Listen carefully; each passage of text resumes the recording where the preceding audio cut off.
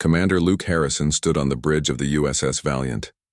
His eyes moved across the star map that showed the new borders after the 5-year war with the Krellian Empire. 3 months had passed since both sides signed the peace treaty, but something felt wrong to him. Very wrong. The stars outside the viewport looked peaceful, but Luke knew better. He had fought the Krellians for years. He knew how they thought, how they planned. They never truly surrendered, not in their hearts. Lieutenant Emma Rodriguez walked up to him holding a datapad. She was his second-in-command and trusted friend. Her face showed worry as she spoke. "Sir, we've got a problem. Our spies report that the Krellians are gathering ships near Sector 7. They're trying to hide it, but we caught it." Luke turned to face her. "Show me." Emma tapped the datapad, bringing up images of Krellian warships moving in formation. They were supposed to be dismantled according to the treaty. But here they were, fully operational and equipped with weapons that looked more advanced than anything they had during the war. "This doesn't make sense," Emma said. "Where did they get this technology? Some of these ships have power signatures we've never seen before." Luke studied the images carefully. The Krellian ships weren't just rebuilt versions of their old fleet.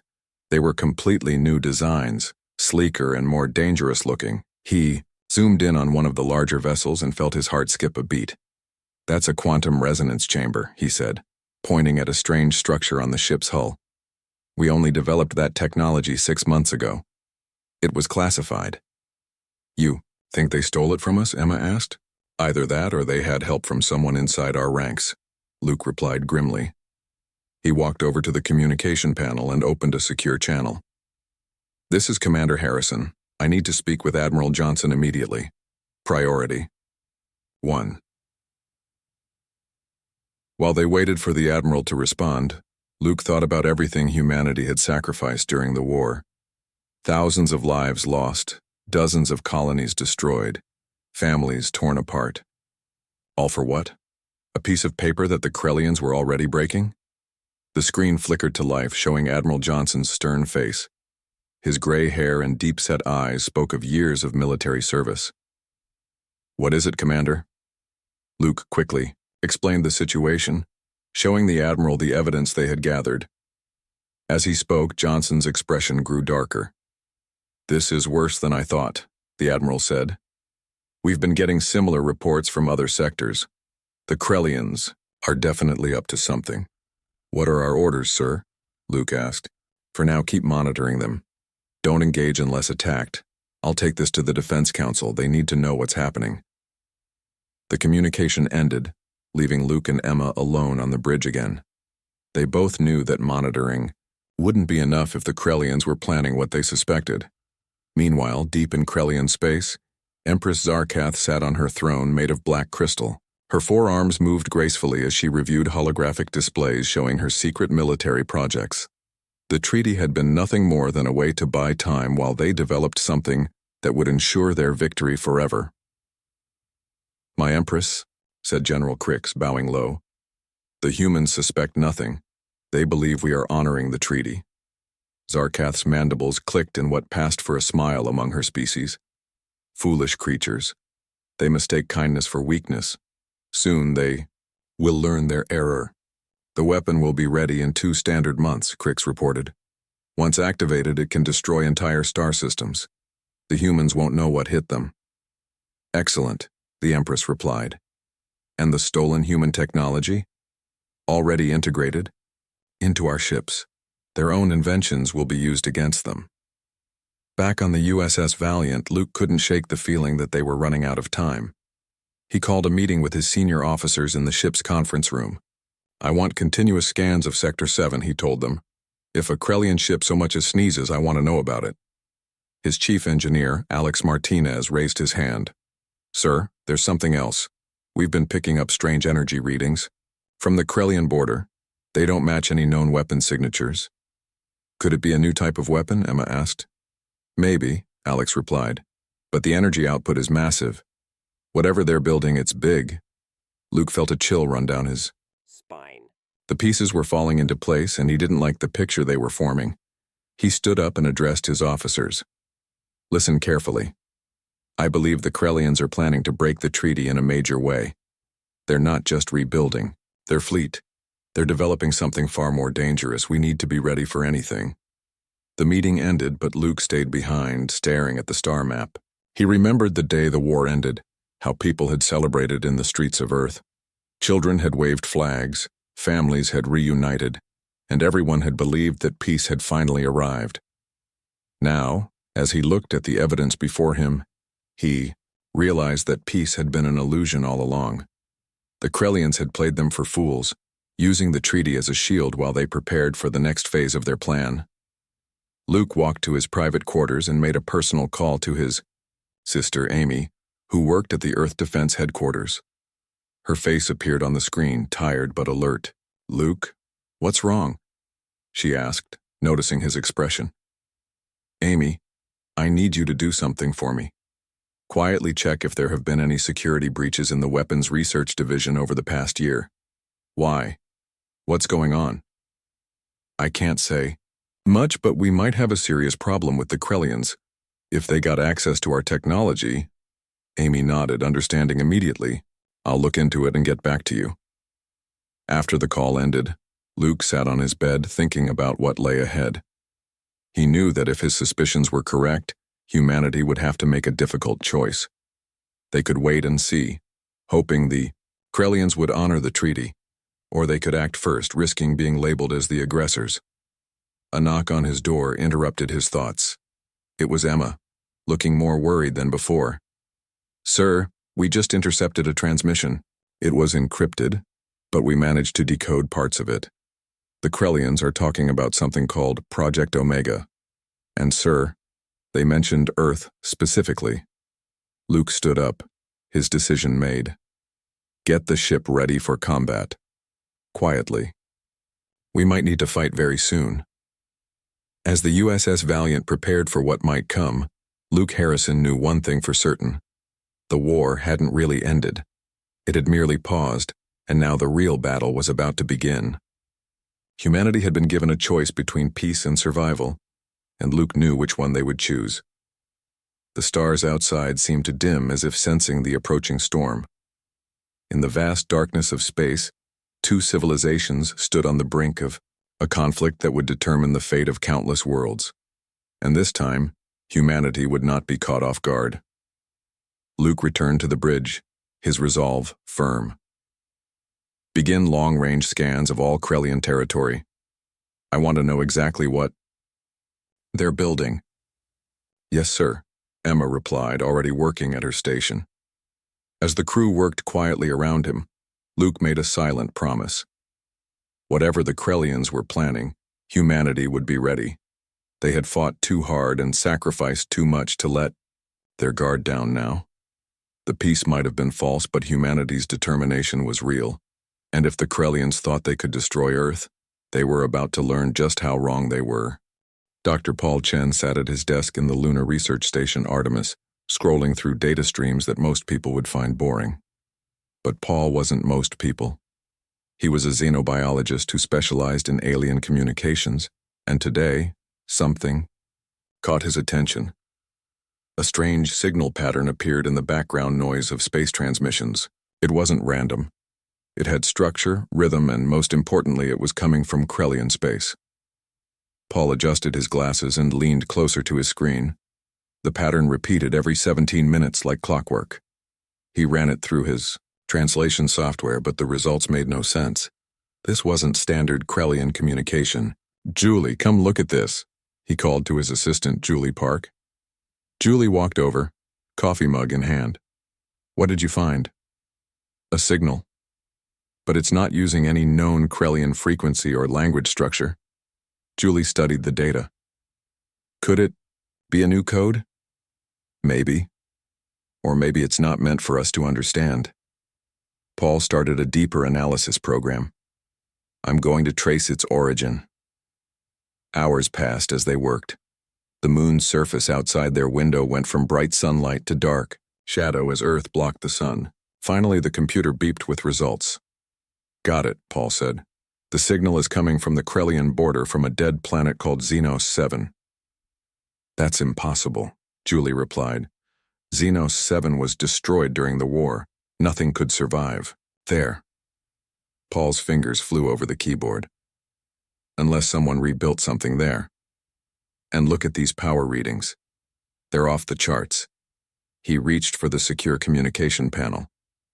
I need to report this. Meanwhile on Earth, Captain Kate Morgan was training with her Special Operations Unit, Shadowclaw, in an underground facility. They were running combat simulations against holographic Krellian warriors when her communicator buzzed. Captain Morgan, report to Briefing Room Alpha immediately, said a voice. Kate signaled her squad leader, Derek Turner, to continue without her. In the briefing room, she found General Howard waiting with a grim expression. Captain, we've received intelligence.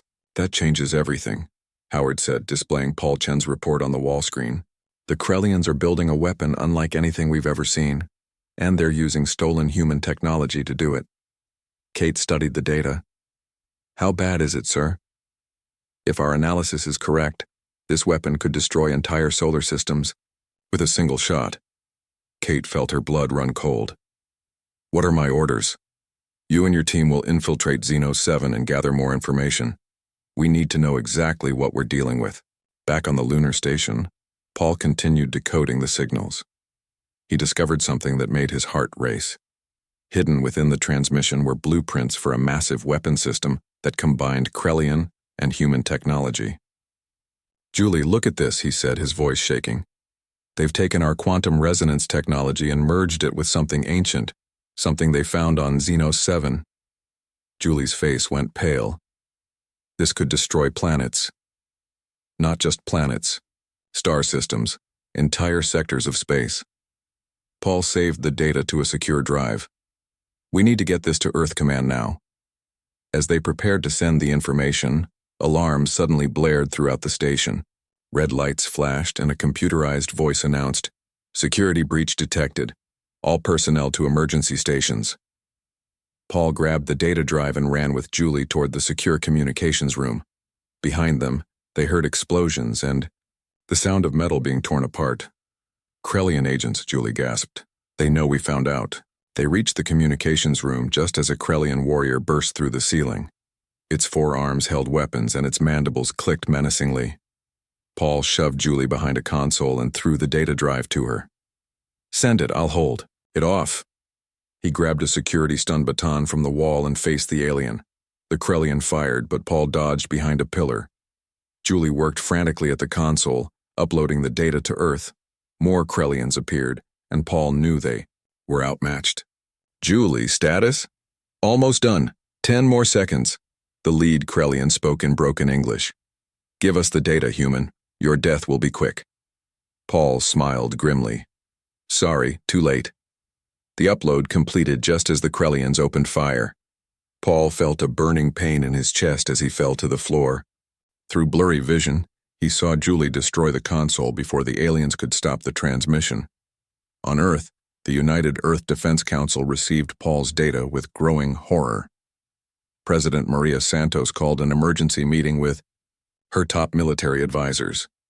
The weapon must be destroyed before it becomes operational, Admiral Nancy Brooks stated. But we need more information. We're sending in our best team. Captain Kate Morgan received the mission details within hours. Her team would pose as traitors to get close to Xenos 7, then infiltrate the facility. The fate of Earth depends on this mission, General Howard told them. Dr. Chen died getting us this information. Don't let his sacrifice be in vain. Kate gathered her team in their prep room. Listen up. This isn't just another mission. If we fail, Earth dies. We go in quiet. Get the intel, plant charges if we can, and get out. Derek Turner, her second-in-command, checked his weapons. What about the peace treaty if we're caught? The Krellians already broke it, Kate replied. They just haven't announced it yet. The team boarded their stealth ship disguised as a civilian trader vessel. As they approached Krellian space, tension filled the air. They had trained for years for missions like this, but none had stakes this high. Remember, Kate said, we're traders from the outer colonies. Stick to the cover story. They passed through several Krellian checkpoints without incident.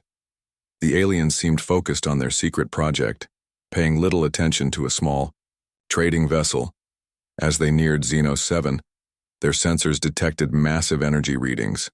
The dead planet wasn't dead anymore. Huge structures covered its surface, connected by energy conduits that pulsed with power. "My God," whispered Lisa Wong, their tech specialist. "They've turned the entire planet into a weapon." Kate studied the readings. "Can we destroy it?" "Not with what we brought," Lisa replied. "We'd need a fleet to take this out." "Then we stick to the plan. Get inside, gather intel, and get out." They landed at a trading post on the planet's outskirts. Disguised as merchants, they moved through crowds of aliens and humans who worked for the Krellians. Kate noticed something odd about the workers. They moved mechanically as if in a trance. "Something's wrong with these people," Derek whispered. Kate nodded. "Mind control, maybe. Stay sharp." They found an access tunnel that led toward the main facility. Using stolen Krellian security codes, they bypassed several checkpoints. The deeper they went, the more Kate realized the true scope of the threat. The weapon wasn't just built on Xenos 7, it was Xenos 7. The entire planet had been converted into a massive gun that could fire across the galaxy. In the control center, they found the final piece of the puzzle. The Krellians hadn't just stolen human technology. They had discovered an ancient alien device buried deep within the planet, something left behind by a long-dead civilization. "This is bigger than we thought," Kate said, recording everything. "They're not just planning to destroy Earth, they want to rule the entire galaxy." As they prepared to leave with the evidence, alarms sounded. They had been discovered. "Time to go," Kate ordered. Fighting their way out, they lost 2 team members but managed to reach their ship. As they blasted off, the planet's surface erupted with weapons fire. They barely escaped into hyperspace. Back on Earth, Kate delivered her report, personally to President Santos. "Madam President, we need to act now. The weapon will be operational within weeks. If we wait for diplomatic solutions, we'll all be dead." Santos turned to her advisors. "Prepare Operation Phoenix Rise. We end this before they end us." The decision was made. Humanity would strike first, breaking the peace treaty to ensure survival. The war they thought had ended was about to begin again, but this time, they would make sure it ended on their terms. Admiral Lisa Baker stood in the command center of the United Earth Fleet headquarters, watching as 50 red dots appeared on the tactical display. Each dot represented a warship, and together they formed the largest secret military operation in human history. "All ships report ready, Admiral," said Commander Tony Wallace, her operations officer. Lisa nodded. "Begin Phase 1, and may God help us all." On the surface, everything looked normal. Diplomatic ships continued their regular missions to Krellian worlds. Trade vessels moved between human and alien territories. But hidden within cargo bays and disguised as civilian craft, humanity's strike force was moving into position. Jake Cooper climbed into the cockpit of his stealth fighter. As wing commander of the 501st Squadron, he would lead the first strike against the Krellian moon base. His hands moved over the controls with practiced ease. "All fighters, check in." He said into his comm. "Blue 2 ready. Blue 3 standing by. Blue 4, all systems green." One by one, his pilots reported in. These were the best humanity had to offer, trained for years in secret facilities. They knew the stakes of this mission. Meanwhile, Kate Morgan and her reconstituted Shadowclaw team prepared for their ground assault. They had replaced their fallen members with equally skilled operators. Their target, the control center of the Xenos 7 superweapon. "Remember the plan," Kate told her team as they checked their gear. "We have exactly 20 minutes from the time the fleet engages to plant the charges and get out." Derek Turner strapped on his armor. "What about the mind-controlled workers? Stun them if you can. Kill them if you must. We can't let anything stop us." In Earth's capital, Ambassador Susan Grant sat in her office, preparing for the diplomatic storm that would follow. Their actions. She had spent weeks building a case against the Krellians, gathering evidence of their treaty violations. Her assistant, Peter Kim, entered with a stack of documents. "The Galactic Council is ready to receive your presentation." Susan took a deep breath. "Once we attack, they'll brand us as treaty breakers. We need to prove the Krellians forced our hand. Will they believe us? Peter asked. They'll have to. The evidence is overwhelming. Back in space, the operation began. Human ships dropped out of hyperspace at precise coordinates around Krellian territory. They moved like shadows, using new stealth technology to avoid detection. Jake's squadron, launched from the carrier USS Independence. Their fighters were painted black, nearly invisible against the backdrop of space. As they approached the Krellian moon base, Jake's heart pounded in his chest. Target in sight, he reported. No sign they've detected us. Proceed with the attack, came Admiral Baker's voice. Good hunting. The first missiles struck the moon, base's shield generators. Explosions lit up the dark side of the moon as Jake's squadron pressed their attack. Krellian fighters scrambled to respond, but they were caught completely off guard. Stay in formation, Jake called out as enemy fire filled the space around them. Target their weapons platforms. On Xeno 7, Kate's team infiltrated the facility through maintenance tunnels. They moved silently, taking out guards with precision. Strikes. The mind-controlled workers ignored them, focused entirely on their tasks. Plant the charges here, here, and here, Kate ordered, marking critical points on their map. Derek, take your team to the power core. Lisa, you're with me to the control room. They split up, each team moving toward their objectives. In the EOG control room, Kate found something that made her blood freeze. The weapon wasn't weeks away from completion, it was ready now. We need to move faster, she said into her comm. The weapon is operational. Repeat, the weapon is operational. Admiral, Baker received Kate's message with alarm. All ships accelerate the timeline. We need to destroy that weapon now. The human fleet engaged the Krellian defense forces. Massive battleships exchanged fire, lighting up space with energy beams and missiles. The new quantum torpedoes proved devastatingly effective against Krellian shields. On the diplomatic front, Susan presented her evidence to the Galactic Council. Holographic displays showed the Krellian weapon, the stolen technology, and intercepted communications proving their intent to destroy Earth. The Krellians left us no choice, she argued. We acted in self-defense against an imminent threat. The council members murmured among themselves. Some were skeptical, but the evidence was hard to deny. Back at the moon base, Jake's squadron had cleared a path for the bombers. You're clear for your run, he reported. We'll cover you. The bombers dropped their payload, and the moon base erupted in a series of massive explosions. But Jake's celebration was short-lived. His sensors detected a huge energy surge from Xeno 7. They're powering up the weapon, he shouted. All ships, we need to stop them now. Kate heard the warning and knew they were out of time. Blow the charges, she ordered. Everyone get to the extraction point. Explosions rocked the facility as her team's bombs detonated, but it wasn't enough. Through the smoke and debris, Kate saw the weapon's massive barrel beginning to glow. It's still functional, Lisa reported, her voice filled with despair. Kate made a decision. Get the team out. I'm going for manual override. Captain, no, Derek protested. That's an order. Go. As her team evacuated, Kate fought her way to the main control panel.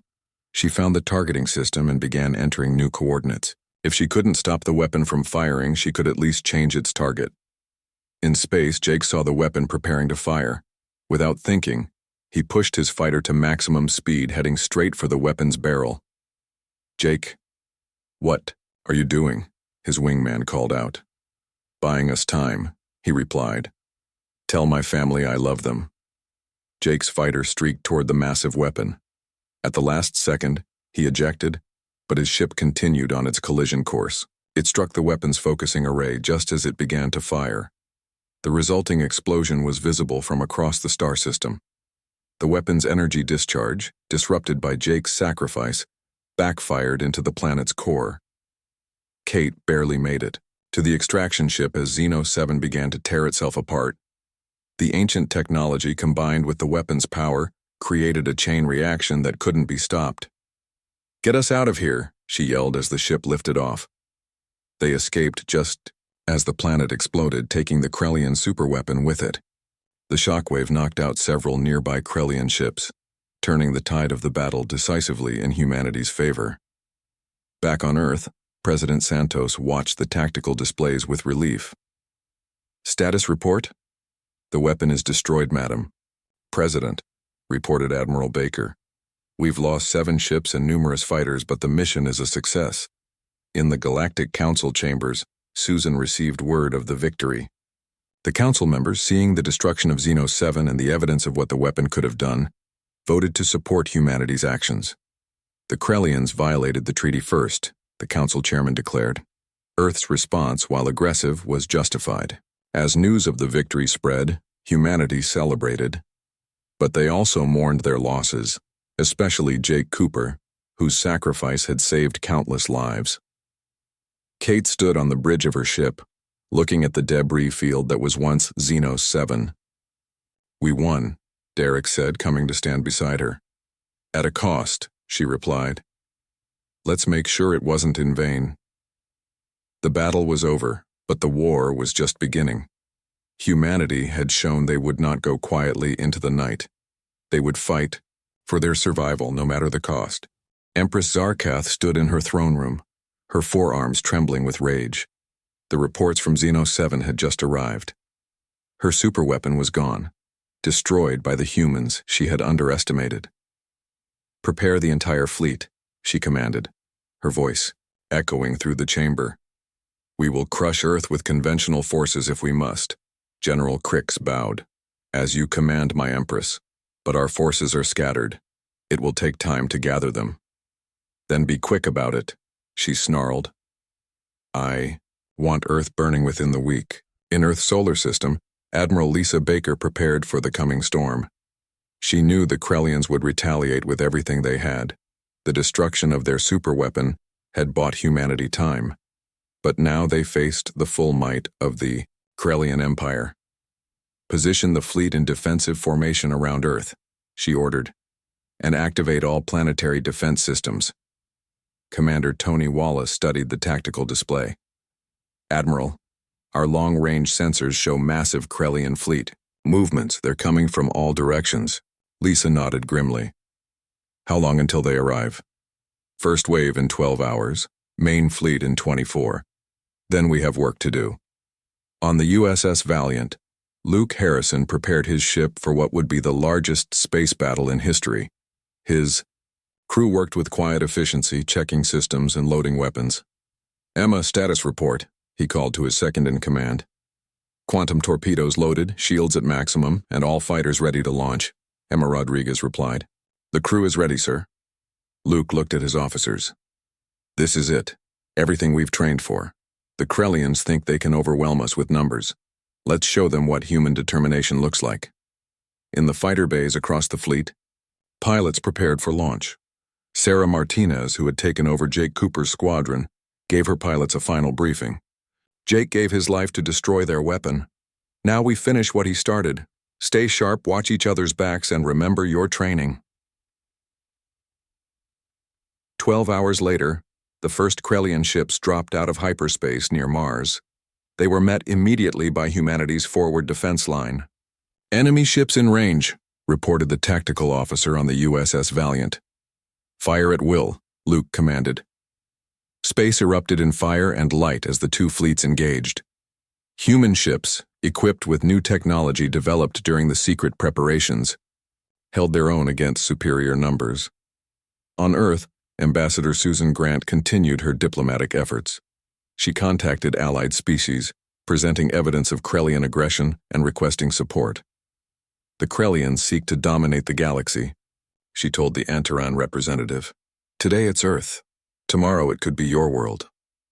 Several species, convinced by the evidence and concerned about Krellian expansion, agreed to send ships to support Earth. Back in space, the battle intensified as more Krellian ships arrived. Admiral Baker coordinated the defense from her command. "Ship, the USS Washington. Concentrate fire on their command vessels," she ordered. "Without leadership, their formations will break." The strategy worked. As Krellian command ships fell, their fleet's coordination deteriorated, but the numbers were still against humanity. "Admiral, the main Krellian fleet has arrived," Tony reported. including their flagship. On the view screen, Empress Zarkath's massive dreadnought emerged from hyperspace. It was 3 times the size of any human ship, bristling with weapons. "All ships focus fire on the flagship," Lisa commanded. "If we take out the Empress, we end this war." Luke Harrison saw the order and turned to his crew. "You heard the Admiral. All weapons target the dreadnought." The USS Valiant led the charge, with Luke pushing his ship to its limits. Quantum torpedoes streaked through space, impacting the dreadnought's shields. "Their shields are holding," Emma reported. "We need more firepower." "Then let's get closer," Luke replied. "Helm, attack pattern Delta." Sarah Martinez and her fighter squadron weaved through the battle, targeting the dreadnought's weapon systems. They dodged defensive fire, losing several pilots but pressing the attack. "Blue Squadron, follow me in," Sarah called. "Target their shield generators." Inside the Krellian flagship, Empress Zarkath watched the battle with growing concern. The humans were fighting with unexpected ferocity and coordination. "Empress, our shields are failing," reported her tactical officer. "Impossible. We have the most advanced shields in the galaxy. The humans have adapted their weapons specifically to counter our defenses." Zarkath realized her mistake. She had given the humans time to prepare, to innovate, to adapt, and now they were using that advantage. On the USS Washington, Admiral Baker saw an opportunity. "All ships, execute Omega Strike. Maximum firepower on my mark." The human fleet formed up for one massive coordinated attack. Every ship, every fighter, every weapon system targeted the Krellian flagship. Mark. The combined firepower of the human fleet struck the dreadnought simultaneously. Its shields collapsed under the assault, and explosions rippled across its hull. Inside, the fighter cockpit, Sarah Martinez saw a weakness in the flagship's armor. "I have a shot at their main reactor. Going in." She dove toward the dreadnought, dodging defensive fire. Her fighter shook as enemy weapons grazed her shields. Behind her, her squadron provided cover. "Almost there," she muttered, lining up her shot. At the last moment, she fired all her missiles directly into the exposed reactor core. Her fighter pulled away just as the missiles hit their target. The Krellian flagship erupted in a massive explosion. Secondary explosions followed as its power core went critical. When the light faded, nothing remained of the mighty dreadnought. "The Empress is dead," Admiral Baker announced. "All ships press the attack, don't let them regroup." With their leader gone, the Krellian fleet fell into chaos. Some ships tried to retreat, others surrendered, and a few fought to the death. The human fleet, joined by ships from allied species, systematically eliminated the remaining threats. 6 hours later, the battle was over. The space around Earth was littered with debris from destroyed ships. But Earth had survived. "Casualty report," Lisa requested quietly. "We lost 15 ships and over 2,000 personnel," Tony replied. "But the Krellian fleet is destroyed. We've won." Lisa nodded, feeling the weight of those losses. "Send rescue ships to look for survivors, and contact President Santos. Tell her the threat is eliminated." On Earth, people celebrated in the streets as news of the victory spread. But in government buildings and military headquarters, the work was just beginning. President Santos addressed the planet. "Today, humanity faced extinction and emerged victorious. We did not seek this war, but we ended it decisively. Let this be a message to any who would threaten Earth. We will defend our home with everything we have." In the weeks that followed, Ambassador Susan Grant worked to establish a new peace. This time there would be no simple treaty. The Krellian Empire would be dismantled, their military capabilities permanently removed. Admiral Baker oversaw the occupation of Krellian worlds. "We're not here for revenge," she told her officers. "We're here to ensure this never happens again." Captain Kate Morgan led teams to secure Krellian technology and research facilities. They discovered more evidence of planned attacks against Earth and other species. "The Empress was planning to conquer the entire galaxy," she reported. "We stopped her just in time." As the dust settled, humanity emerged as a major power in galactic politics. Other species, impressed by their victory and concerned about future threats, sought alliances with Earth. The war had ended again, but this time on humanity's terms.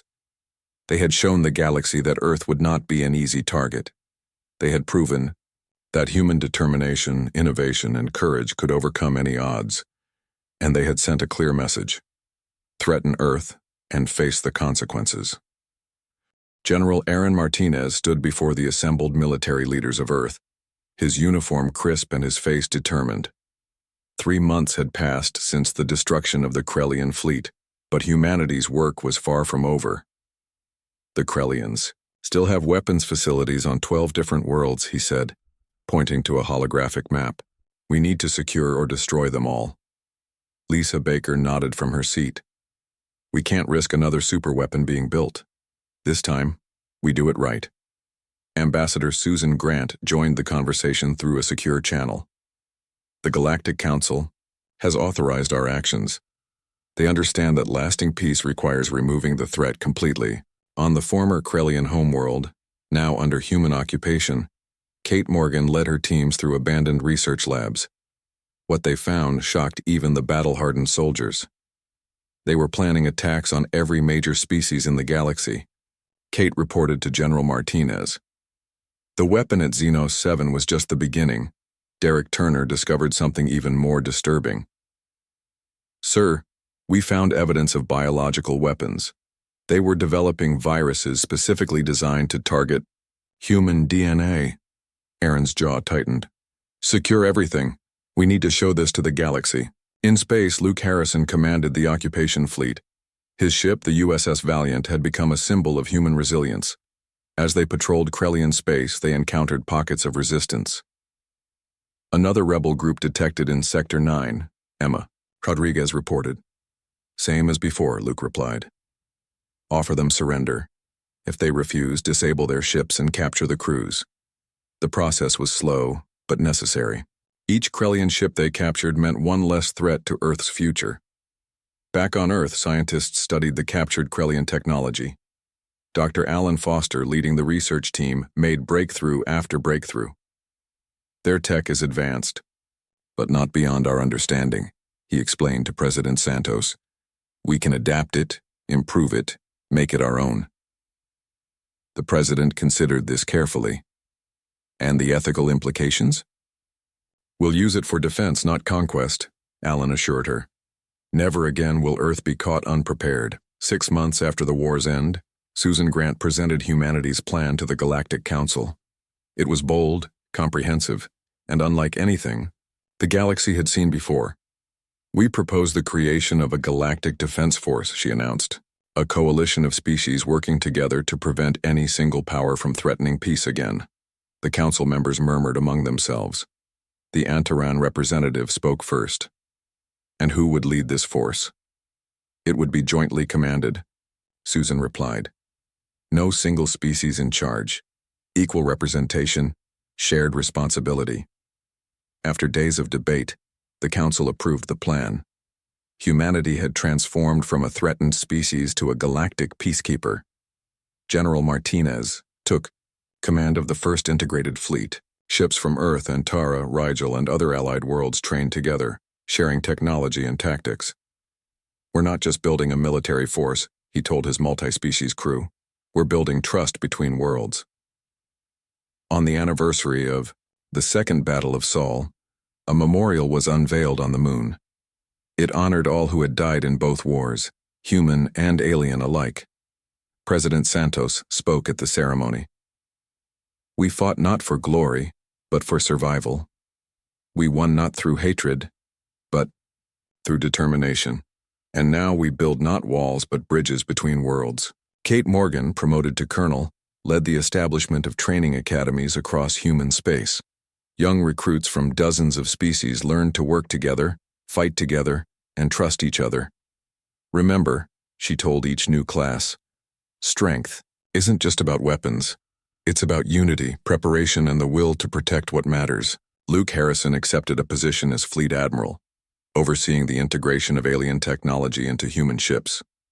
The USS Valiant became a training vessel, its battle scars a reminder of the price of freedom. Every cadet who serves on this ship learns our history, he explained to visiting dignitaries. They understand why we must remain vigilant. Emma Rodriguez directed the new Early Warning Network, a system of sensors and listening posts throughout the galaxy. Never again will we be caught by surprise, she declared as the network went online. 5 years after the war, the galaxy had changed dramatically. The Krellian Empire was gone, replaced by a democratic federation overseen by the Galactic Council. Their military technology had been either destroyed or repurposed for peaceful uses. Susan Grant, now Secretary General of the Galactic Council, reflected on humanity's journey. We didn't just survive. We evolved. We became the guardians we needed. The phrase, "we're not finished yet," took on new meaning. It no longer meant continuing war, but continuing vigilance, continuing progress, continuing to build a better galaxy. Aaron Martinez retired from active service, spending his days teaching at the military academy. His final speech to graduating, "Cadets became legendary.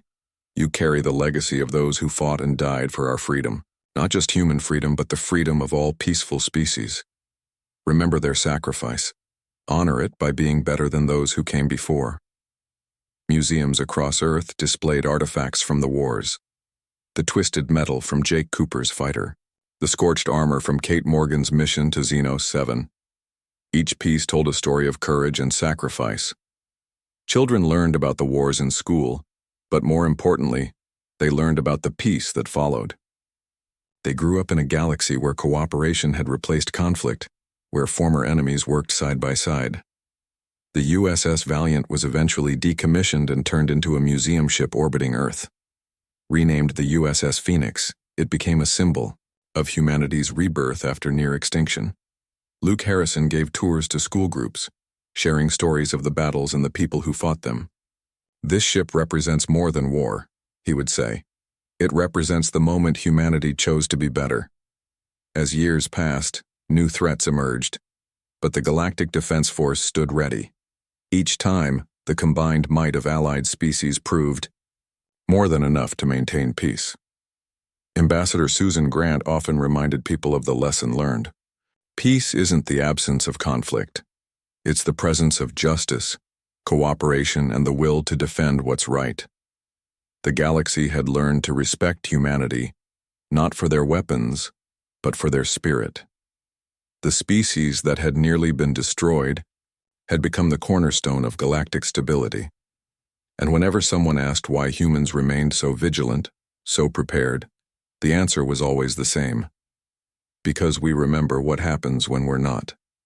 History books recorded the wars, but they emphasized the peace that followed. The true victory wasn't in the battles won, but in the future secured. Humanity had not just survived, they had thrived and lifted others with them. The stars that had once seemed so threatening now felt like home. Children of all species played together on space stations. Scientists collaborated on projects that benefited everyone, and soldiers stood watch, not as conquerors, but as protectors. In the end, humanity's greatest weapon hadn't been their technology or their tactics. It had been their refusal to accept defeat, their determination to protect others, and their vision of a better future. The war had ended, truly ended, not with destruction, but with construction.